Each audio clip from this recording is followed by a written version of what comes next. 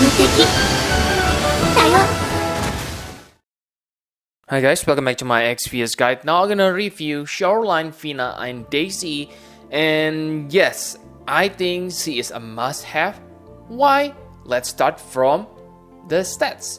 Like you can see that it seems nothing special, okay? Very short passives she get, but wow, take a look on this. On the first turn, she will AoE magic cover. This is something really new on this game. Why it is important? Because let's say the enemy does a preemptive attack, preemptive magic attack, then that means your Shoreline Fina and Daisy will block the attack. Okay, so this is really new feature. I believe in the future we will get trial that doing something like this. Okay, so this passive is really superb, something that not anyone on this game have it right now. Okay, so this is really good, and if you take a look on the stats, it is really good. 160% spirit boost and 150% health boost. So yes, it's very tanky, and her defense is also very good, 100%. And remember, she has 50% draw attack, so it is easy to make her into 100% provoker if you have that Moogle charm. Okay, and the only difference from her normal and brave ship form are the elemental resist. For the normal, she has light, but on brave ship she has fire and water instead of dark. Okay, so which one better depends on situation, but overall I like her passives. Okay, really short, not complicated or whatever, but do the job really well. Okay, so enough about stats. Now let's talk about her normal form. So for normal form, she can cast 75% damage mitigation on herself, and wow, that's pretty amazing. Remember that this 75% damage mitigation is spammable, so with high spirit she is really hard to die. Okay, she needs to get like hit by some insane attack to get die. Okay, and yes, she also get 20% magic damage mitigation when fight against aquatic and dragon, so it's kind of niche, but even when you don't fight those enemies, she is still pretty durable. And for the AoE magic cover, it is 80% chance, so it is good, and 65 to 80% damage mitigation. So again, it is higher compared to your 7 stars AoE magic tank.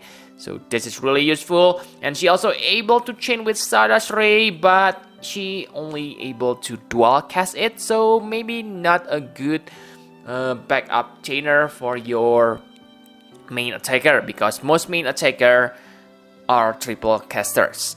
And yes, she able to imbue light element to all allies for normal form. Okay, this is really nice. This come with 180% all stats buff, so this can be good or bad. Okay, first, let me tell you that she doesn't able to imperil light element to enemies.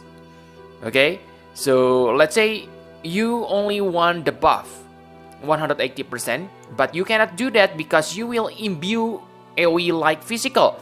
That can be trouble if your main attacker cannot imperil light resist. Let's say you want to use water element, but because of this buff you gonna become dual elemental attacker, so that's kinda annoying. But yes, if you don't care about that, this is a really good spell. Okay, and yes, this is good especially if you use like mage, because mage not affected by this AoE light imbue. And yes, you can inflict elemental chain with your backup chainer and finish much easier because it is elemental chain.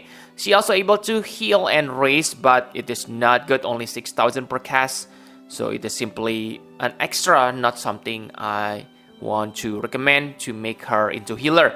And for this normal form, she able to buff lightning, water, wind, and light resist by 90%. So that's amazing.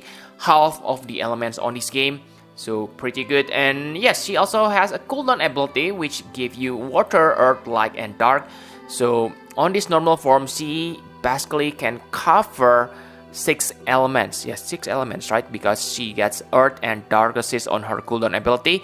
And not only that, she also gets 75% magic mitigation on all allies. This is really insane, guys, because she also has AoE re-raise with 80% magic mitigation. It is 4 turns cooldown, but the magic mitigation lasts for 2 turns. So if you combine these two abilities, you can maintain 75 to 80% AoE magic mitigation for 5 turns. How's that not insane? Okay, you probably don't even need to tank your allies because of this magic mitigation, because yes, on the first turn cast the 75% magic mitigation, which lasts for 3 turns. And when the duration is over, use your AoE re-raise to get another 80%. So tada, you have 75 to 80% magic mitigation for 5 turns. How's that not insane? Maybe you can extend it to 8 turns because maybe your elemental resist cooldown already get refreshed. Not sure, okay, but pretty darn good. And she also has 80% charm. Maybe it is useful for the arena. Not sure, but on normal battle, it won't be useful. And for Granny's ability, she grants 8,000 health barrier. Wow. So she can protect your party really well, unless of course the enemy able to dispel. But yeah, this one is insane. And don't worry if you think about 50% damage mitigation, because she has it from her limit burst. Okay, very nice. And yes, she also gives you 100% light resist, but maybe the most important thing is 25% light physical and light magic damage boost. So again, this is really nice. Okay, 25% damage boost, but make sure you have light imperil on your party.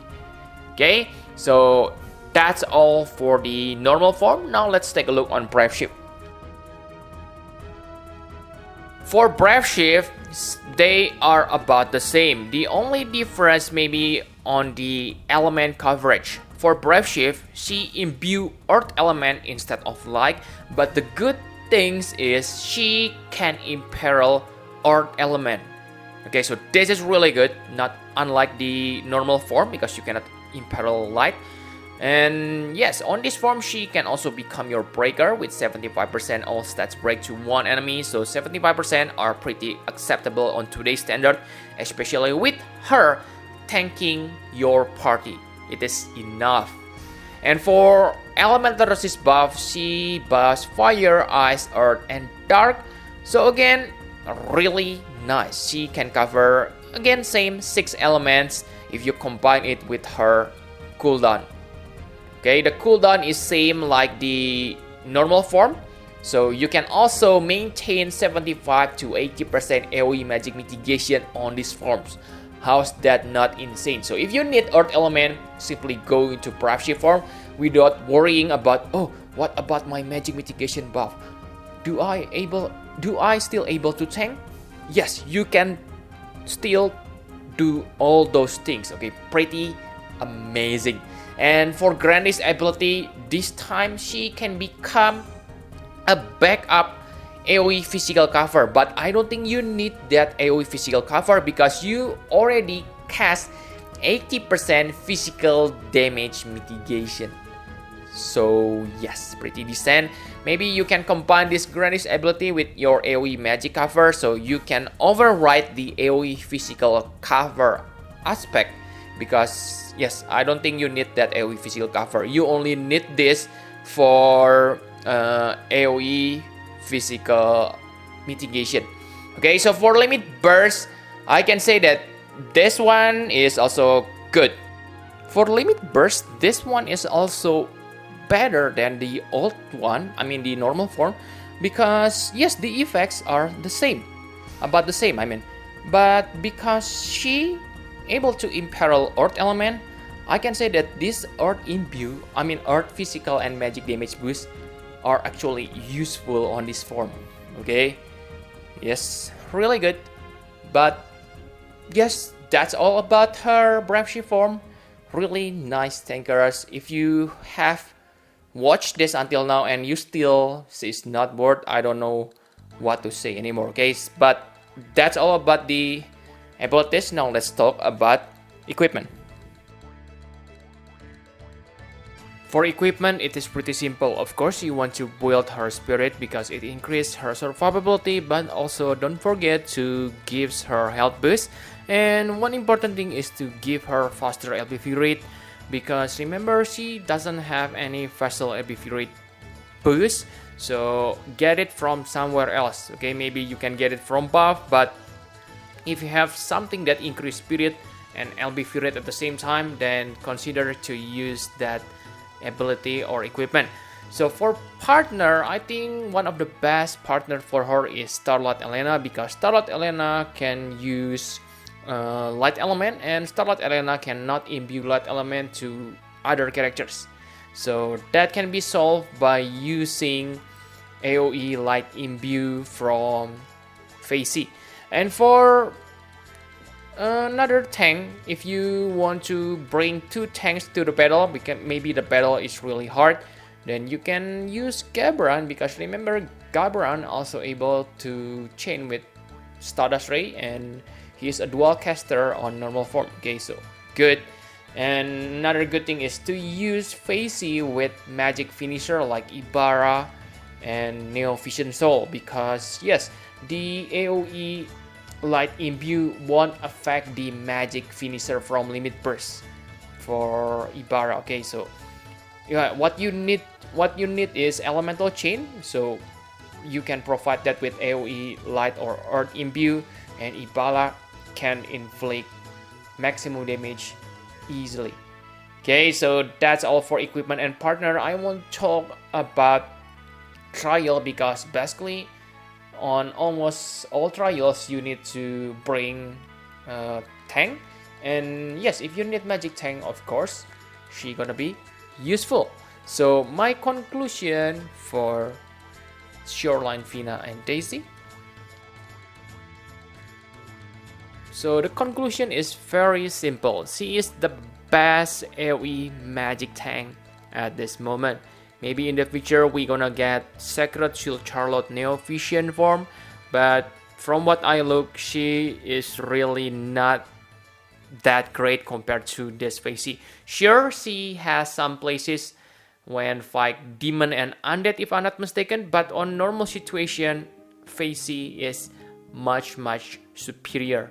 And the auto magic cover is really useful insanely. Okay, really good. And yes, she also able to support your party, magic mitigation, AoE elemental imbue, recover MP, and fill your limit burst gauge. I didn't mention it before, but yes, she able to do that. Very nice. And maybe another good thing is she has superb trust mastery word and STMR. So really guys, she is really good for the character, for the trust master and STMR. You really cannot go wrong if you get her accidentally. For her trust mastery word, it is insane. 40% health and spirit, 30% MP, and 40% water resist. So wow, it's like 150% stats boost, which is pretty high. Okay, this is almost STMR level, so very nice. And for the STMR Midsummer Boater, it is probably the best spirit head, yes. But yeah, I don't think you need to chase this.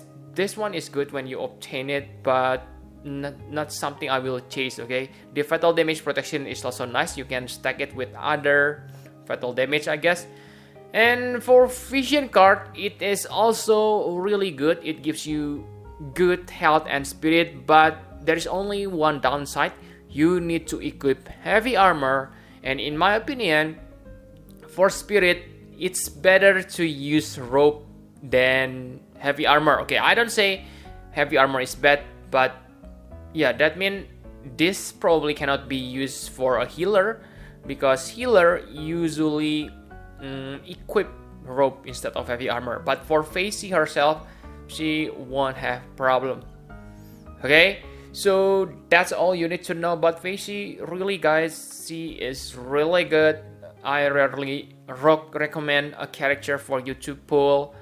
Okay, so if you have spare lapis, then go ahead. But maybe if you want to say for Kingdom Heart, maybe I can say don't, because it seems we probably get Kingdom Heart soon. Because yes, this is simply my prediction. Okay, so don't take it seriously, but my prediction, Kingdom Heart gonna be available on this month. Okay, so yeah, I think that's all you need to know about Facey. Thank you very much for watching. Please hit the like button and subscribe to my channel for more Final Fantasy Private videos, guys. Bye bye, guys.